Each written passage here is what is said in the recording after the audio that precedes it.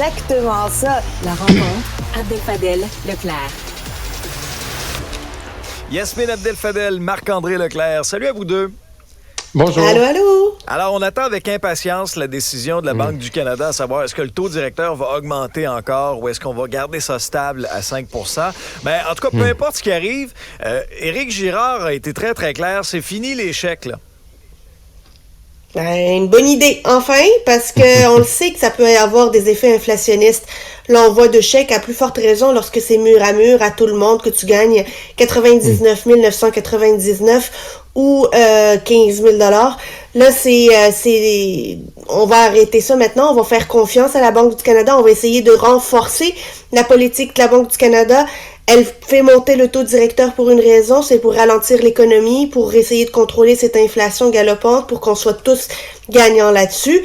Je pense que c'est la bonne chose à faire, la chose responsable à faire, contrairement à d'autres politiciens qui demandent l'intervention du gouvernement dans la politique monétaire. Ouais, mais moi, ce qui me fait sourire, Alexandre, c'est les propos de M. Girard. Là. Parce que là, il nous dit, là, c'est le temps de se synchroniser avec la politique monétaire de la Banque du Canada. Parfait. Donc, la Banque du Canada, elle veut nous ramener une inflation à 2 %. Fait que c'est sûr que si les gouvernements injectent de l'argent, mais là, tu mets de l'huile sur le feu. Là. C'est clair, c'est simple à comprendre. Cependant, il y a un an, la CAQ nous a présenté un bouclier anti-inflation qui venait justement mettre directement et indirectement de l'huile sur le feu. Mais la politique monétaire là, de la Banque du Canada, là, il y a un an, en pleine campagne électorale, Alexandre, là, c'était la même. Là. Fait que là, aujourd'hui, là, c'est le temps là, qu'on s'arrime, qu'on se synchronise avec la politique monétaire de la Banque du Canada. Mais quand c'était le temps en campagne électorale, d'envoyer des chèques aux gens avant la campagne, d'annoncer des baisses d'impôts, d'annoncer de l'aide supplémentaire pour les personnes âgées, là, c'était le bon moment. Là. Mais en janvier 2022, là, le taux directeur, il était à combien? Il était à 0,5 %. Puis juste avant l'élection, il a monté aux alentours de 3,25. Mais à ce moment-là, c'était pas important de s'arrimer avec la politique monétaire du Canada. Moi, c'est ça là, que j'aime pas dans le discours de la CAQ présentement. C'est comme, là, faut être sage, faut travailler dans le même sens que la Banque du Canada, mais voilà un an, c'était pas grave. Ouais.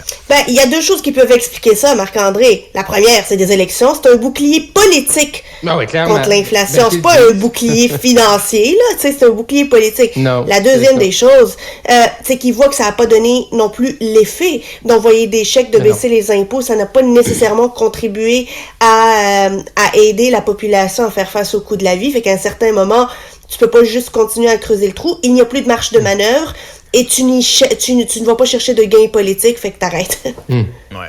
Mais non, je suis d'accord avec toi, Yasmine, mais là, comment t'expliques ça à la population, là? Là, tu vas commencer à dire à la population, là, c'est plus le temps de vous aider. Mais les gens, là, ils sentent bien que l'inflation, là, sont beaucoup plus affectés que l'an dernier, que ça continue. Fait qu'à un moment donné, c'est ça. Quand tu donnes, oui, avec une raison pour aider l'inflation, puis là, d'aujourd'hui, tu essaies de te servir de la Banque du Canada pour arrêter de donner des chèques, ben, à un moment donné, ça va être dur à expliquer à la population, puis ils vont dire, ben là, je m'en vais à la boîte à mal, j'attends mon enveloppe, j'attends mon chèque, là. Mais Yasmine, Marc-André, tu sais, moi, je suis pas économiste, là, mais je parle à des gens autour de moi, j'observe ce qui se passe. Une autre hausse, là, il y en a qui passeront pas au travers. Même un maintien à 5 % du taux de base, c'est très, très, très difficile pour plusieurs familles. À un moment donné, on aura beau vouloir cesser l'inflation, mais si les gens perdent leur maison, c'est pas mieux, là. C'est sûr, c'est sûr que c'est catastrophique, c'est sûr que ça vient gruger dans l'infime petite partie de marge de manœuvre que certaines familles ont. Certaines n'y arriveront pas. Malheureusement, c'est la seule manière encore connue pour gérer l'inflation, c'est de ralentir l'économie. Il faut que l'économie ralentisse et ça vient avec son lot de sacrifices. Il y a des entreprises qui vont fermer, il y a des emplois qui vont être perdus à cause du ralentissement de l'économie. Évidemment que les taux d'intérêt vont monter, l'accès à la propriété devient de plus en plus difficile également, mais collectivement, on va mieux contrôler l'augmentation de notre coût de vie, finalement, le panier d'épicerie et tout, en faisant ce sacrifice, disons, entre guillemets, momentané, à moyen terme, que si on laisse ça aller n'importe comment. Oui, et puis également, Alexandre, faut regarder aussi pourquoi on est rendu là. Je comprends que l'inflation, là, c'est mondial, mais c'est Bill Morneau, là, l'ancien ministre des Finances, qui le dit. Là. Il a dit ça tout récemment. On a trop dépensé pendant la pandémie, trop dépensé, trop longtemps, et ça crée l'inflation. Fait qu'à un moment donné, oui, là, on a comme le remède de cheval, mais clairement, il y a une genèse à ça. Puis là, il faut pouvoir s'en rappeler, là, parce qu'il ne faut pas recréer ça dans 5-10 ans. Ouais, non, ça c'est clair. Dans ce contexte-là, est-ce que François Legault aurait dû, par exemple, comme ce qu'a fait Doug Ford, comme ce qu'a fait le premier ministre de la Colombie-Britannique, interpeller directement la Banque du Canada, ou au contraire, la Banque du Canada, c'est un organisme qui est indépendant, puis quand même que les premiers ministres envoient une lettre, là, c'est décidé, puis il n'y aura aucun poids dans la balance. Moi, je peux pas croire qu'on puisse dire ça. Il y en a pas. Premièrement, il y en a pas de poids, et deuxièmement, il faut pas commencer à juste rendre ça normal que le politique puisse comme ça vouloir intervenir dans une institution qui se doit d'être complètement indépendante. La Banque du Canada, là, elle a des objectifs. Ils sont donnés en effet par le gouvernement, et l'objectif qui lui a été donné, c'est de tout faire en sorte pour maintenir l'inflation autour de 2%. C'est ça sa job, la Banque du Canada. Sa job n'est pas d'entendre Doug Ford ou François Legault potentiellement pour dire les premiers ministres des provinces m'ont dit de ne pas monter les taux d'intérêt. Les taux d'intérêt, l'augmentation des taux directeurs est indépendante de la volonté politique des premiers ministres, puis c'est important que ça demeure ainsi. Je trouve ça irresponsable de la part de certains partis d'opposition de demander à François Legault d'intervenir là-dessus. C'est pas parce qu'une bêtise a été commise en Ontario et en Colombie-Britannique qu'on a besoin de le faire aussi au Québec. Je suis très heureuse de savoir que François Legault qui va résister finalement à cet appel d'intervention. À plus forte raison lorsque il s'agit des champs de compétences fédérales. Rappelons-le, là, nous, on n'aime pas ça que le fédéral vienne intervenir dans nos champs de compétences. On crie que c'est la fin du monde. Ben là, c'est une intervention dans les champs de compétences fédérales. C'est pas quelque chose qu'on aurait aimé pour nous, ben qu'on le fasse pas pour les autres. Oui, cependant, je suis d'accord avec Yasmine, cependant, la politique monétaire, là, où on décide qu'il faut ramener l'inflation à 2%, est décidée aux 5 ans. Est-ce que c'est le bon intervalle? Est-ce qu'il y a ça aussi? On peut quand même, sans dire aujourd'hui, début septembre, est-ce qu'on intervient dans la décision de la banque là?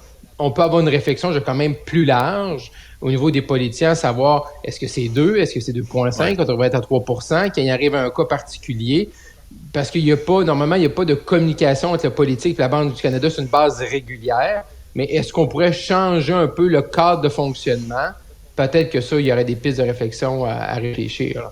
Oui. D'autant plus que, souvenons-nous, à l'intérieur même du Parti libéral, Marc Tanguay et ses propres députés, on dirait qu'ils ne se sont pas parlé avant de sortir dans les médias. Là, un contredisait l'autre. Ben, on n'avait pas l'impression que le coût de la vie puis l'inflation était au sujet du jour dans le caucus là, qu'ils avaient discuté, parce que s'ils en avaient discuté autour de la table, ils auraient eu une position qui était commune. Là. On dirait que c'était pas nécessairement le coût de la vie des Québécois qui a été discuté. Honnêtement, ça fait pitié de voir une différence d'opinion comme ça. Et je trouve ça, à la limite, aussi un manque de rigueur de la part de Marc Tanguay de ne pas avoir consulté, premièrement, son critique en matière de finances là-dessus, et d'être sorti avec une position aussi ridicule. Là, tu peux pas demander au premier ministre d'agir là-dessus. Le Parti libéral est supposé être le parti de l'économie. Qui dit parti de l'économie, c'est compréhension de l'institution qui est la Banque du Canada, et on sait qu'il s'était déjà éloigné de ça. Ben là, il est vraiment très très loin. Là, le GPS est perdu, là. Mais tu sais, un parti politique a besoin d'un chef, hein. Et oui, à l'interne, là, les gens attendent, on veut pas, on n'a pas de règles, puis il n'y a pas personne qui veut se présenter, mais c'est pas pour rien qu'un parti politique a un chef, parce que c'est lui qui trace la ligne dans le sable habituellement. Puis là, quand tu as un chef intérimaire, ben également, tout le monde se permet aussi leur propre interprétation. Fait que le PLQ, s'ils veulent s'en sortir, là, trouvez-vous un chef rapidement. Ben justement, pendant qu'on parle des libéraux, Marc-André et Yasmine, Marc Tanguay, plutôt, lui, mardi, a expliqué un petit peu ses raisons pourquoi il ne se lançait pas. Si bien que là, à l'intérieur du caucus, il reste que Frédéric Beauchemin, là, justement, là, celui dont on parlait, le critique libéral en matière d'économie. Il va-tu vraiment se lancer? Puis qui va prendre les rênes de ce parti-là qui se cherche, qui est plus bas que jamais dans les sondages? Écoute, je pense qu'il y a plus de personnes qui veulent pas y aller que de personnes qui veulent y aller. Puis c'est ça. Il va falloir se mettre sur le téléphone. Là. Les libéraux, là, moi, à leur place, je me mettrais sur le téléphone. Puis si quelqu'un a 1% d'intérêt, ben je fais tout pour qu'il puisse y aller. La pire des choses qui pourrait arriver au Parti libéral actuellement, c'est un couronnement. Ils ont besoin d'une course. Ils ont besoin de confronter des idées. Ils ont besoin de brasser des idées. Ils ont besoin de vendre des cartes de membres. Ils ont besoin de convaincre du monde d'embarquer dans des courses au leadership. Ils ont besoin d'une course. Et il faut pas y avoir un couronnement. À plus forte raison, un couronnement de Fred Beauchemin que la population dirait Fred Who. Personne ne connaît Frédéric Beauchemin. Il faut remonter la pente, puis il faut pas laisser le couronnement se passer, puis on dirait qu'on s'enligne vers ça, là, tu sais. Ouais, non, je suis d'accord avec toi, Yasmine. Je pense qu'on s'en va dans un couronnement de Frédéric Beauchemin, que personne ne connaît à part sa mère et sa grand-mère. Leur meilleur pour moi, ça serait François-Philippe Champagne. Puis hier, c'est drôle parce qu'il était à Granby, à l'annonce, batterie, il était entre M. Legault et M. Fitzgibbon. Il s'est fait poser la question. C'est sûr que ça aurait été comique s'il avait dit oui à ce moment-là. Mais il a dit, j'ai déjà une job. Là. Essayez pas de m'en trouver une autre. Ben oui. Oui, puis je pense que son avenir à M. Champagne est du côté d'Ottawa. Peut-être un futur remplaçant à Justin Trudeau. Ouais. Mais pour moi, là, dans mon livre à moi, François-Philippe Champagne serait le meilleur candidat. Là. Absolument. J'y crois aussi. Un mot en terminant, tu y faisais référence, Marc-André, sur cette annonce importante. Autre annonce importante pour la filière batterie, cette fois, c'est à Granby. Quand on additionne toutes les subventions, on a dépassé le milliard. Je veux vous entendre là-dessus. Est-ce que c'est la bonne stratégie de Québec? Est-ce que c'est la façon d'attirer ces géants-là chez nous, puis sans subvention, ils ne s'établiraient pas au Québec, ou au contraire, on fait fausse route, puis on met trop d'argent là-dedans? On n'a pas le choix. On n'a pas le choix. On n'a pas... Qu'est-ce qu'on peut vendre de plus? Qu'est-ce qu'on peut mettre sur la table de plus que des incitatifs fiscaux, des incitatifs... c'est de l'argent, finalement, pour dire, venez chez nous. Ça, ce sont des usines là qui vont exploser en demande au courant des prochaines années. C'est maintenant que les décisions se prennent auprès des constructeurs automobiles, auprès de tous les fournisseurs en matériel.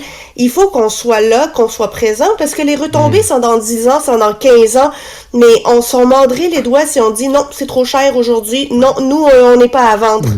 C'est sûr. Mais oui, on n'a pas le choix, mais moi, j'aime ça quand je vois M. Legault hier, puis nous dire, voici comment ça marche. Là. Parce que les premières annonces, là, on n'essayait pas de le cacher, mais on a tout le temps de la misère à dire, mais là, on a donné combien? Puis là, tu as les journalistes, après, qui doivent poser la question, OK, on va reprendre l'annonce, là, parce que souvent, dans les communiqués de presse, on met pas de chiffres, là, mais c'est OK, combien vous avez donné? Combien qui est en prêt? Combien qui est en prêt pardonnable, là, qui est le nouveau terme, là, qui est comme une subvention, entre guillemets, oui, pardonnable si tu remplis tes conditions, mais dites-le. Dites-le ouvertement. On a donné, le projet, il est 500 millions. On en met 250 le gouvernement. Voici combien, puis voici pourquoi qu'on le fait, puis voici ce qui se passe ailleurs. Dites-le ouvertement, franchement, puis que la transition énergétique, là, ça va coûter cher. OK? Il ne faut pas penser là, que c'est gratuit, que ça coûte rien. Ça coûte cher si tu veux faire des usines, puis tout ce qui va aller avec, puis toutes les transformations qu'on veut faire. On ne fera pas ça demain matin, parce que des fois, on pense que c'est un sprint, mais c'est un marathon. Puis ça coûte cher. Puis ça va nous prendre de l'argent pour subventionner ça, parce que si c'est ça qu'on veut faire. Mais on a comme un peu des fois la pensée magique, puis là, on se cache. Oui, il faut prendre de front. Puis dites-nous les chiffres, on est capable de comprendre. Oui. Puis des fois, on voit aussi, par exemple, des partis d'opposition ou quoi que ce soit critiquer la CAQ en disant c'est pas un parti vert pantoute, ils n'ont pas de politique environnementale. Là, la CAQ le prend le virage là, avec l'électrification des transports, puis on trouve le moyen de chialer pareil.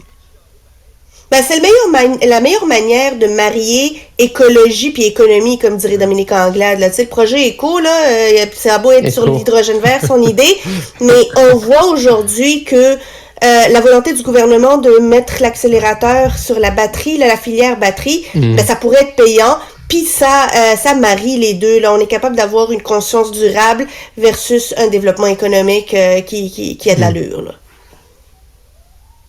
Oui, c'est facile de chialer, Alexandre, parce que c'est sûr que quand tu entends là, des géants, là, comme il y a une annonce avec en cours avec Ford, ben, tu te dis, est-ce que Ford a besoin de cet argent-là?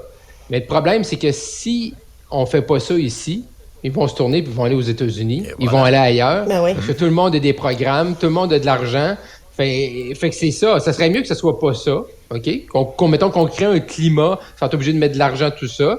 Mais c'est comme ça que ça fonctionne partout. Fait que maintenant, si tu veux danser, ben faut que tu mettes tes bottines puis d'aller sur la piste de danse. Yasmine, Marc-André, merci à vous deux. À demain.